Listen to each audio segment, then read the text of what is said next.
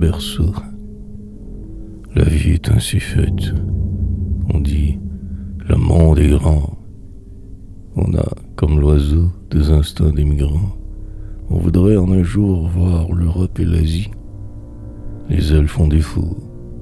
Prenons voile et vapeur. Nous fréterons les briques ou quelques bons clippers qui nous emportent au gré de notre fantaisie.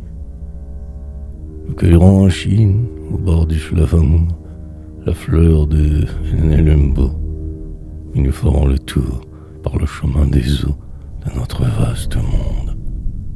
Nous verrons l'archipel où les paradisiers s'enivrent en mangeant la noix des muscadiers et les grands papillons des îles de la Sonde. Dans les chaudes clartés d'un ciel oriental, nous verrons s'élargir le cèdre horizontal sur de riches fonds d'or étageant sur un mur, tandis qu'à son réveil, la brise du matin, si complet rythmé comme un orgue lointain, en son religieux ses plus graves murmures. Sous des vents réguliers par le navigateur, nous changerons de ciel en coupant l'équateur.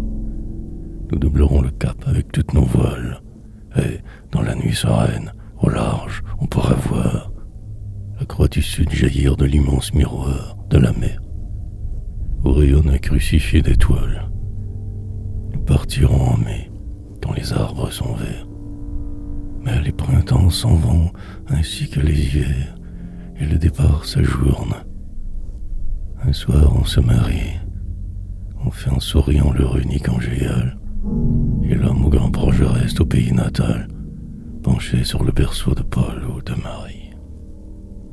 Dans l'oubli de soi-même, on écoute, penseur, et l'oreille charmée, un vieux refrain berceur, que ses beaux endormis chantent la jeune mère. À cette voix émue, au timbre musical, cadencé en sourdine, on est patriarcal, comme au temps merveilleux de la Bible et d'Homère.